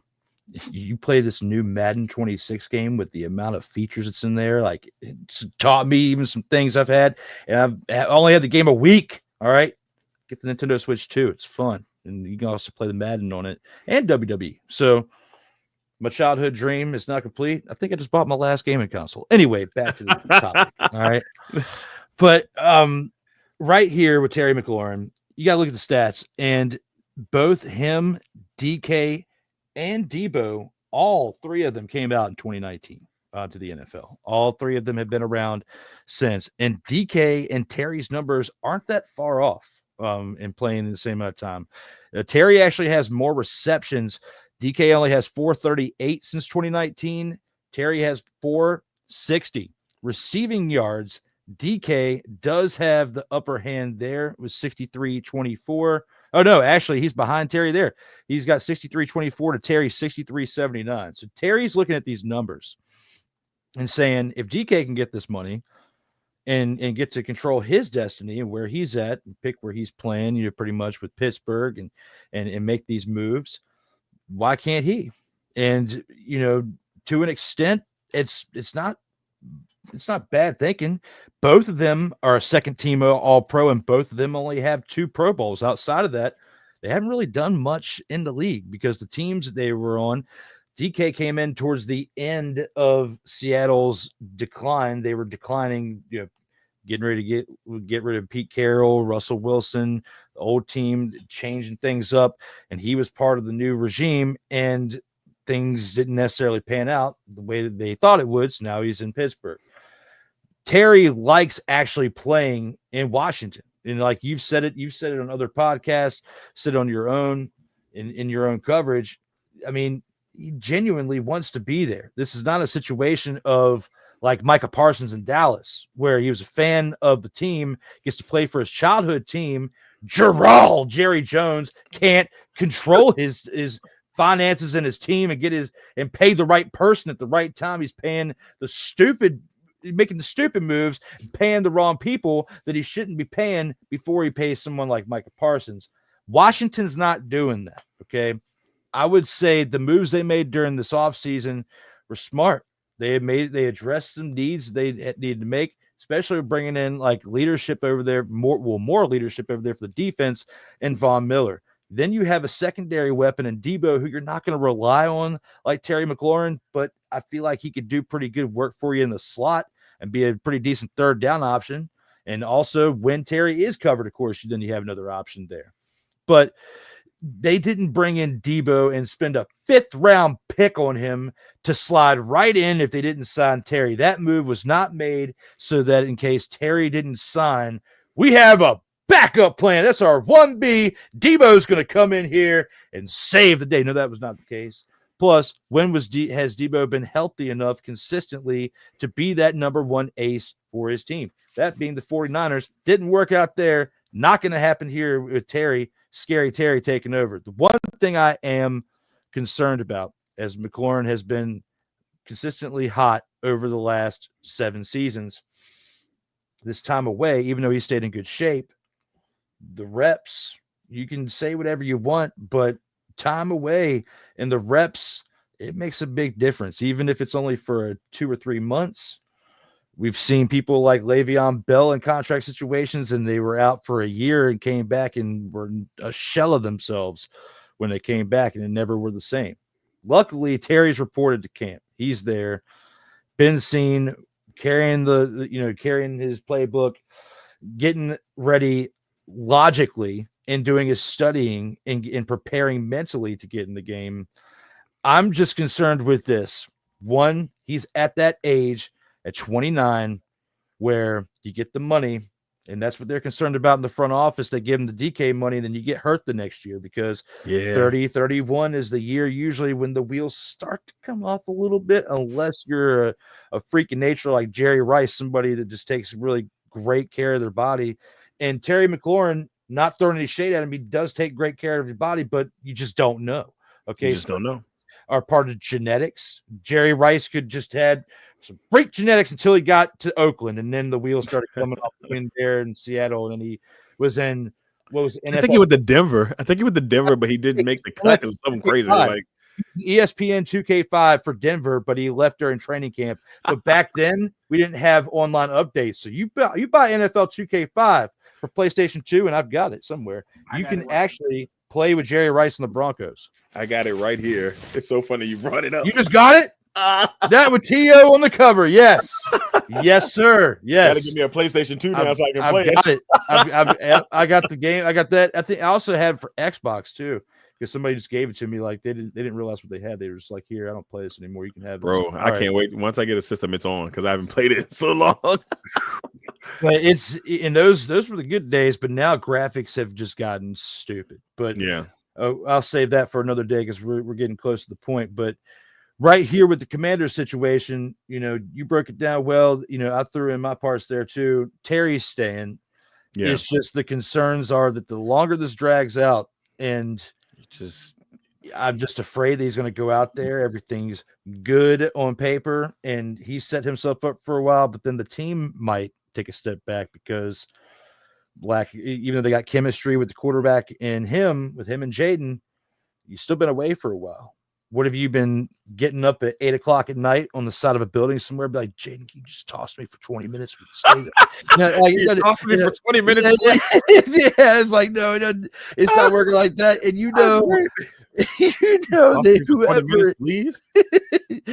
whoever's throwing into the ball is not like JD. Like, Terry, we can't do that. No, come on, man. And all I know is I like the days that I've been at camp, I know that like you can just feel it every time Terry comes out. It's just insane. Like everybody expected him to come out yesterday, and he never came out after they took him off the PUP list. Mm-hmm. And so when they took him off the list, everybody's like, "Oh, like you should have seen the media camped out, just waiting to see Terry pop up." And he never came out of there. But a lot of people think it's close because Adam Schefter was there. And then, Adam Schefter was the one reporting on it. And obviously ESPN is there tomorrow for the for Monday Night Football. So they thought it may have been a little something because Schefter was there. So we'll see. But I think it happens. I got a feeling it's going to happen as soon as the preseason ends. But we'll see. We'll see.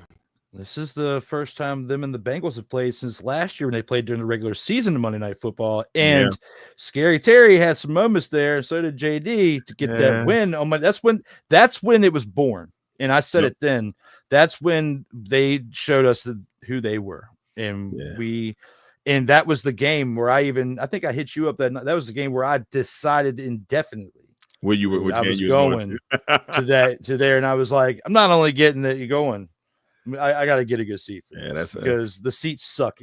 Formerly known as FedEx. Well, I know. Like for me, that was the me looking at Terry's shock face game. So, going viral for that was always fun, and it gets brought up a lot.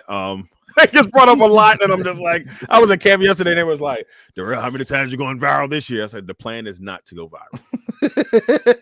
I don't want to go viral. It just keeps happening, and so this year I'm gonna try to behave and. Just be out. Just go get out the way. Just go get out the way. That's it. At least it's a lighthearted, good times. It is. If he makes the Hall of Fame, right? And that's a picture in there. That's going to be on there. Like I feel like that's going to be on there. So like, and when he retires in the Commanders, I feel like they're going to have that picture in the background, him catching the football and me looking like. It's great. It's what you want. No, that's enough to be like, all right, let's get this AI generator background remover over here. Exactly. Get that guy out of there. Maybe the statue on here be like, because the reason why they got to take you out of there because your look looks better than what he's doing, even though he's doing something positive for the team. This added more flavor to it. So yes, they want to take the focus and put it back on him. That's put it back on. Please put it back on Terry. Please. I don't want it. I don't want it. Don't want it, man. Give it to Terry. Before we wrap it on up, we do have some comments here we got to get back to from our LeBron talk to even going back to Doubs.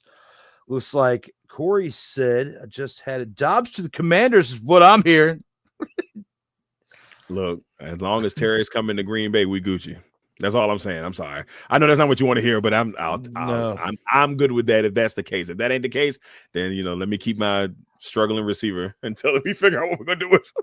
I want no parts of that whatsoever. You don't want it. You don't want it. None. I don't care how many picks or monetary exchanges, or even if you help put money towards the new stadium or even a parking garage for it. I don't care. You stay away from our members of our team that need to help us build towards the revenue to fund said stadium. Yeah, man. Because if we have attendance like we had during the Dan Snyder era for the last few years, and you and I saw how lowly it was bad. If they have attendance like that, they're not going to be able to afford this new stadium. No, and the tickets prices for those new stadium seats are crazy. So you might have to give away a child in order to get into a game.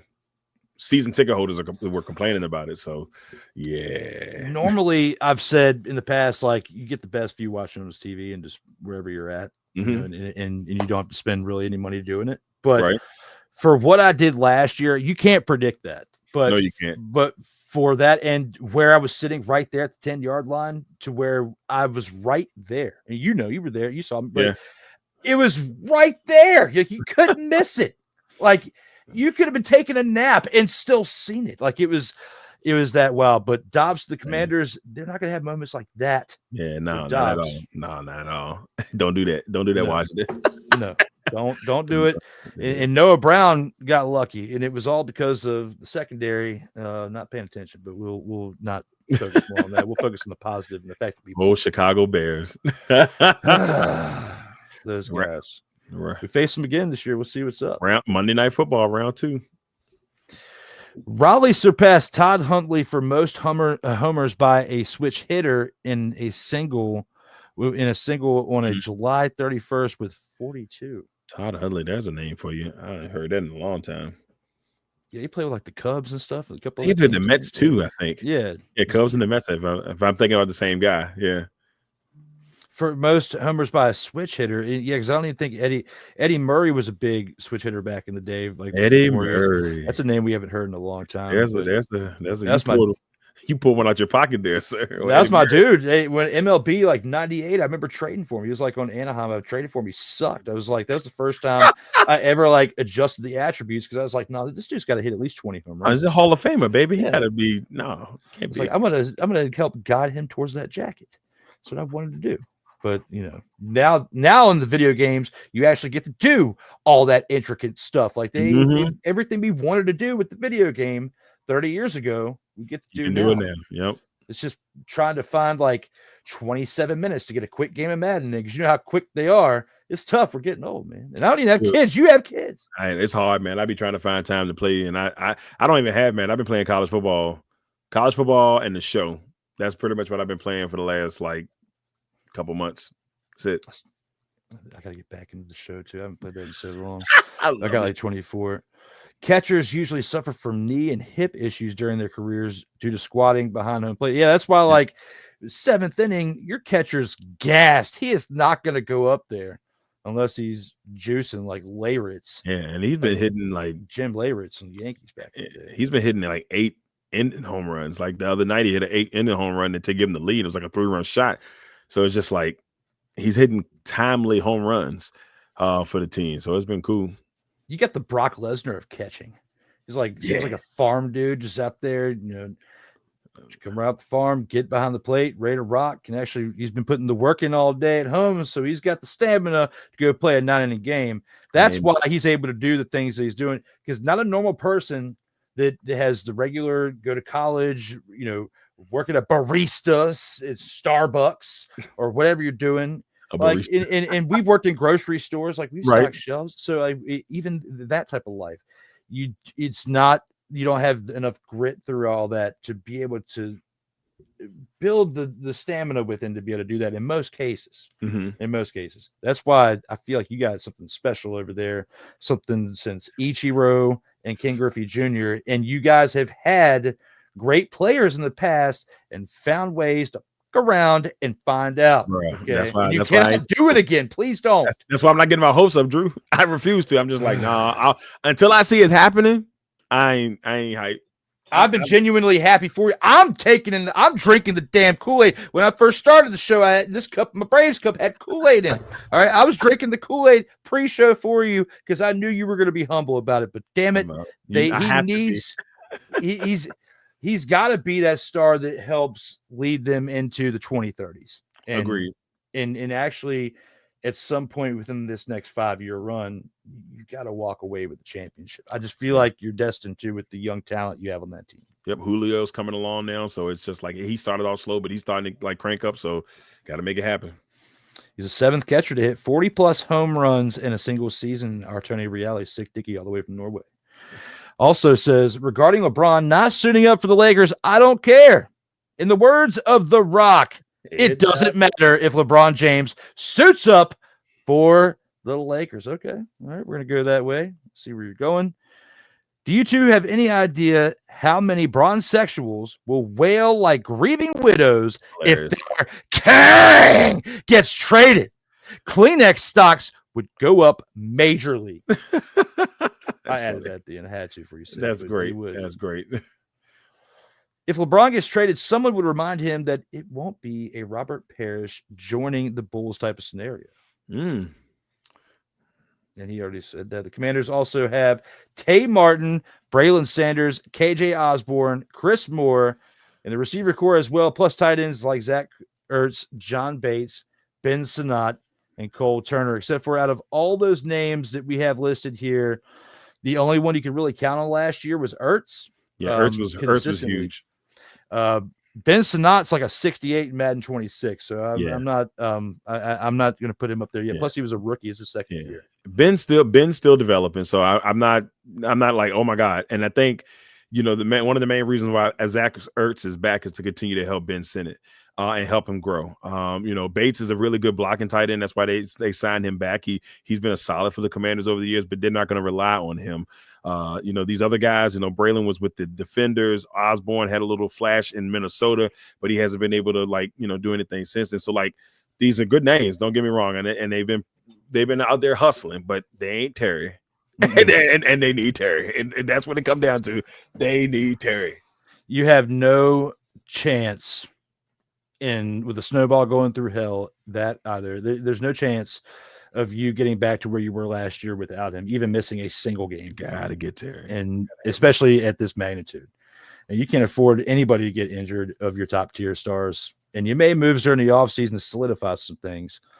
And now you need to do what's right by Terry. I think they're going to probably agree somewhere around the $28 million mark. Yeah, I think they might hit 30. I think. You think they will? Okay. I think they might. I think if it's going to be high. It's going to be high 20s for sure. Between 28 and 30. And hopefully finally he budges, but he definitely deserves a pay raise. He does. That's not. I'm not going to deny that he definitely deserves a pay raise. Well, if he gets to 30, that's even better for him. As long as whatever happens is beneficial for the overall team for the duration of at least Jaden Daniels' rookie deal, we still have 3 more years. 3 more years. So you got to if you're going for it, you got to go for it now with Terry. Being in he's going to be 32, 31, going into 32 by the time Jaden's contract gets renewed. Right. They're not going to have so much money to go around. Yeah. So I mean, I still think they got at least 2 years of prime Terry before Terry goes and starts to dwindle a little bit. Terry's been playing great football. So I at least 2 years, at least 2. Hey, you make a phone call to Larry Fitzgerald or Jerry Rice, might be able to get a few more years out of him. So we'll see how that goes. But through these 5 rounds, this definitely was fun. Definitely chopping it up with you tonight throughout these 5 rounds of the In or Out Sports Debate. And, it wouldn't be an episode if we didn't do this before we rolled out. Acknowledge me.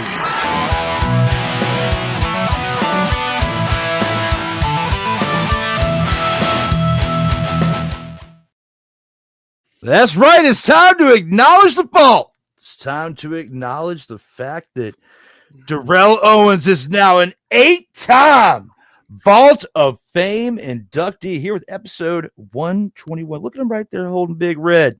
Going on.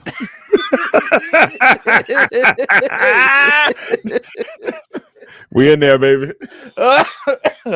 It choked me on up for a second. Man, that was good. That was good. Here at the Vault of Fame, you are now in there with endless love, all that gold, because everything that we have all done here, regardless of how the people feel out there in these streams consistently, we've been producing gold.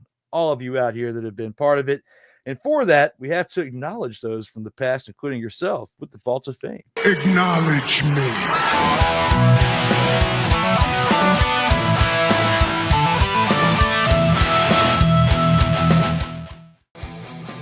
I want to take this time to kind of shout you out, Drew. You have taken a concept and made it into a whirlwind of fun for a lot of people. I know for myself, dude, I am proud of you, man. I want you to continue to do what you're doing. But the concept that you came up with, how much you put into it, how much you've changed it, how much you add to it, the work shows, man. So kudos to yourself. Round of applause for you, man. And just wanted to say thank you for having me on again. It was a lot of fun. Look forward to the next one. Shout out to Drew for letting me come on the show. It was a lot of fun. Honestly, didn't know what to expect coming into this, and I am super happy that I agreed to come on to this because it was a blast, well-produced show. Honestly, extremely impressed by all the effort you put into this show, Drew. Thank you for having me on, and I look forward to coming back on in the future. Man, you took me back. This is why this show was so important, and this is why I am personally validating and vouching for this show. If you are anybody in media, sports, professional wrestling, anything, you need to be on In or Out Sports Debate with my man Drew Willingham, because this has got to be one of the most fun things I've ever done in a long time. There you have it. The In or Out Sports Debate Vault of Fame is now graced by Dio's presence one more time for the 8th time. And for that, we got to take a look at this, the leaderboard, as he moves up to 4th place, tied with Corey Mann, our man with 2 wins on the leaderboard. We fighting up in there. There we go. There we go. Your boy got 2 4 horsemen right now. I'm 2 4 horsemen right now. I was talking with Rob earlier. I gotta find some time to get him on up here. I know he's been doing some Sunday night stuff, and we have to make it happen because. Shout out to the big dumper, number 47, as we speak, baby. Hey, that's what I'm talking about. You know what? He went lefty that time. I gave you that. You know what? You're not part of the Angels, but we'll give you this.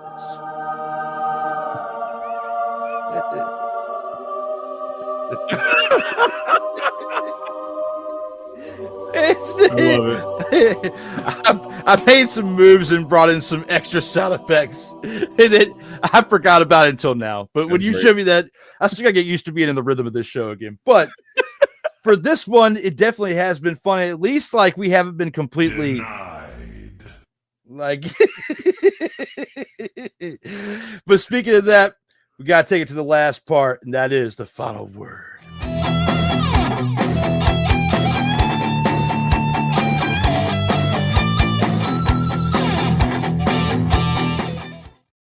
And all the things we talked about, baseball, football, professional wrestling. Hell, you can even throw some golf in there if you want to. Talk about Happy Gilmore, too. The movie just came out recently. Actually pretty good, too. Yeah, I love it. It's not like the first one, of course. No. Where I was introduced to endless love with them on the ice. But with everything that's on your mind there, sir, what do you got to tell everybody before you roll on out from episode 121? Oh, man, I'll be honest with you, man. It's been a very interesting summer for me. So I just will say, hey, go out here, have fun, man. Like, enjoy it. If you're out there covering sports for like myself and Drew, who have been doing the sports game, like, enjoy it, man. Go out there and just enjoy covering sports if you're having that opportunity. Then on top of that, y'all, football season is coming. We are so close. It's almost too close to call, but I'm so excited that football season is coming back because the best time of the year is coming up. I got high school football this weekend. I got high school football next weekend. College football starts the week after that. It's a great time of the year. And I'm just ecstatic. I'm excited. I want to thank you once again for having me on the show 8 times. Now I'm double horseman right now. So I'm feeling pretty good about that. But I appreciate the opportunity to come back on and have some fun with you, brother. It's always a good time when we get on here. And of course, last but not least, Willie Bucks. Y'all already know what it's all about. Don't play games. Go ahead and slide those Willie Bucks to my guy. That's right. $, D Willie 87. That's that cash out, baby. Look at Drew. Stoic, as always. Stoic as always. You can't mess with him. Y'all make sure y'all go out there and you donate, baby. Willie Bucks right now. Stop playing. Come on. Bro, I love it. It'll never get old, but I still feel like as we've tried this multiple times in other episodes since, we can't regenerate the original. The original one is the original is still I'm going to say it every time I come in here, but the original one was so off the cuff. I'm waiting for you to deliver something that is more fire. If you do that, I'll just slide it on in there. I'll even make a new Willie Buck if I have to. I don't bring something new, make a new Willie Buck. I don't think I'm gonna be able to top the first one. You know, when I was doing commercials, they always said, "Darrell, you a first take king." I was like, "What does that mean?" And they was like, "Their first take is usually your best take." So that's the first take, and it's probably gonna be the best one. I'll never be able to duplicate it. Never. Well, coming into this episode tonight, I've been hyped for this for several weeks. I mean, we talked about this like almost 2 months ago, bringing this back. And the fact that we were able to make it happen and get it done, and you come in for the first one in literally a year that I have produced, and to help me get this started on the right track, especially with how things were going leading into this show. Thank you again. I think that things happen for a reason and lined up for you to be here, because there's not many people that where I was at, because I was feeling pretty bad. You spend a lot of time with somebody for 7 summers that passes away. I'll at least end my final word with, today, for those of you that I was saying a little bit before I got started with this, there's a teammate of mine. His name's Tavon Dawson. Since mid-20s. He's heading to a baseball game today. And unfortunately, from what it sounds like, he was a good driver. I've actually rode in the vehicle with him. He's a good kid. I feel like it was just a result of somebody else out there not driving and following protocols, and it was an 18-wheeler took him out, and his girlfriend that we know of, and I'm not too sure at this current time if there's anybody else in the car. There's another call I got to make once we roll out here in a few, but there's more information to be had, and of course some visitations of some sort in the near future. I don't want to say so much because I only know but a little bit. I only know what literally just happened and the impact of that. And then you start thinking about, all the times you spent around after games. Sometimes we'd gotten together, a few of us go get something to eat, especially we're traveling in certain spots like country spots. There's multiple. We had multiple windows to make memories, and I didn't have enough time to go find pictures. If this would have happened and I would have known sooner, of course, I would have done a little bit more prepping, but literally moments before I was prepping to get on here with you, it was like 7:30 something, and I'm finding out about it. I'm hitting you up. It's like, man, I needed a few minutes, because you asked me if this would have happened at, like, say we got up on here 7:59, I got the call, and at 8 o'clock it'd go on. That would not have happened. It would. But it was meant to be that you were here tonight, man. Endless love with the championship. The laughs that we had throughout from the green room. That's great. So let's start now. It goes to show the power of friendship definitely can help you, through tough times. So thank you again for that, brother. No problem, brother. No problem. It's been a tough few years for me. There's been positive moments, but I could have freaking died on a podcast almost a few years ago. Okay. And now this, you're still here, and it's like you get older and you see people who they don't deserve to go out that way. And especially you haven't even lived your life fully at 26, 27 years old. It's tough, man. You hadn't even got married yet. You had a kid, or, and was having the opportunity to do that. And he was riding with his girlfriend in the vehicle, and is sad. It's really, really sad. And it's going to be a sad week until, the services go about. And it's, how this thing goes, but the tougher ones. And last year, as I'm talking about this, there was an episode of D. Willie in the Evening. I did it in remembrance of one of my best friend's brothers, who was like a little brother to me, right? Who passed away. And that literally the news of that came in not right as close as what we had tonight. It was like, I think I had like a day to prep, like to kind of like it sink in, and then also find some pictures and make some things for it to kind of honor him a little bit. I didn't have any time tonight, and that sucks. But at the end of the day, you know where your heart is, and that's the big thing, you know. I appreciate it. Yeah. And you know, it's like, it's weird. The good ones really get taken, like the really, really good ones, they really get taken from us too early. We were talking about on the phone earlier with one of my teammates I was talking to, was like, we never saw him in a bad mood. Of course, like get amped up with whatever's going on in the moment with the team, you know, at high energy or whatnot, right? But never, ever, like if there was a squabble between me and you out there, he'd be the one to come up there and tell us like, hey, cut it down. Like we got other things that are more important to be than two of you getting into it. Little things like that. Leader, a team leader. And for the teams that he's on now, he played baseball, softball, multiple other sports, played baseball for Virginia State University, was in college at VSU. Smart dude. And you didn't even get to hit 30. This is tough. It's tough, man. And it just, you know, when they tell you to cherish each day, it's just one of those things, man. You cherish each day. I lost a best friend of mine last year, and it's still weird to me. It's been a year, and it still don't feel right. It still don't feel right till this time. So it's tough. It's really tough. You know, you got to live for them and show them that you love them, and you know, honor their memory. Yeah, there's going to be something. We're going to put something together. There has to be. It's still sinking in. Yeah, it's kind of like I had that feeling when I had the TIA, which those of you who don't know what that is, it's a mini stroke. Like for short windows, and still even to this day, sometimes it happens. Like I'll literally just kind of just like zone out, like stare out, like it's like everything kind of shuts down for like a minute or two. It's like this blank stare. That's the effects of something like that, what it can do to you, right? It's much more impactful if you have these things happen to you when you get older, right? And when this happened, all I could do for like a few minutes, like once I got off that first initial phone call, is literally just stand there and stare out. And you don't really realize how many minutes go by. Then you see like 7:37. I need to hit up Darrell. Yeah.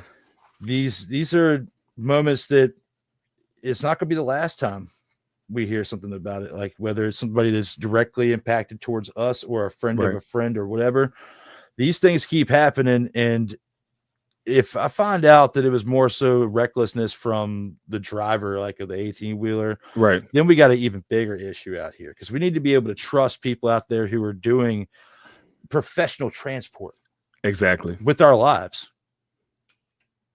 So crazy. More to come. I hope, I'm praying for his family and for here. The rest of my friends that are involved with this, former teammates. Like I said, I commented on a post before I got on here and said, hey, if you guys need anything, you know where to find me, because this is impacting many, many people right now. He's a great guy. And for that, this episode is going to be in remembrance of him. I don't have any special graphics or anything for the moment. Maybe chop something up later. But this is a memory of Deuce, number 22, our guy Tavon Dawson, man.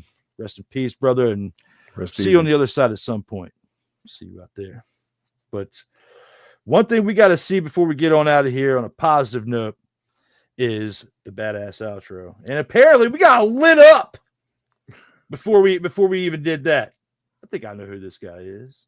Oh, Anthony P. What's up, Anthony P? How good is Kyle Raleigh? 47 home runs. Good, baby. Let's go. Yeah! We're still losing to the Mets right now, but that's besides the point. He also says, go Patriots and go Yankees. He seems confused because he likes a Boston team and a New York team. Oh, that's tough. A Boston football team and a New York baseball Yeah, team. I understand it though. I mean, the Giants and the Jets have not they have not been good. Especially the Jets ain't been in the playoffs since 2010. So I was on rollback commercials the last time these suckers were in the playoffs. So it's been a long time. Hey, at least Forrest Gump got him another Super Bowl. The Giants did after it was like 2012. Yeah, they got 12 was the last one for them. So yeah. Cal Raleigh plays for the Seattle Mariners. Yes. Sick Diggy let him know. And even Mickey was quick with the jab on that. But yes, thank you for the condolences for our guy, Mr. Tavon. And we'll see how things pan out for that. And, if there's any major updates I can give on next week's episode, we'll see. Hopefully it's in positive ways. And I look forward to wherever this is being able to go. I got a couple good little stories to tell. And that's the only thing I get enjoyment out of with going to funerals and services is when I know the person well enough to be able to say a good story about them that's positive, impactful, that'll make you laugh or make you smile. Like that's the only thing I really want to go to a funeral for. And other than that, the rest of the process is terrible. Rough. Yeah, it's rough. Yeah.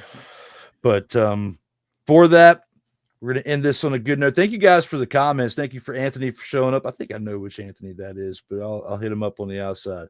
I'm going to make sure first. But for those of you who are just tuning in, you can check out SIRTOBA Media on YouTube, TikTok, Facebook, Instagram, and X, formerly known as Twitter. I hate saying X, but hey. No, X is terrible. Only do what you can. Thanks, Elon. Other than that, you can watch this on Twitter right now. 69 of you are actually watching this on X, so thank you, I guess. That's awesome. X, go back to Twitter. Thank you. With that being said, SIRTOBA Media, the struggle is real to be awesome. We've only got one more thing left to do, and that is look at one awesome outro from a man, the 8-time, the double 4 horseman, Mr. Darrell Owens. Thank you as always. Always, brother. See you guys here on the other side.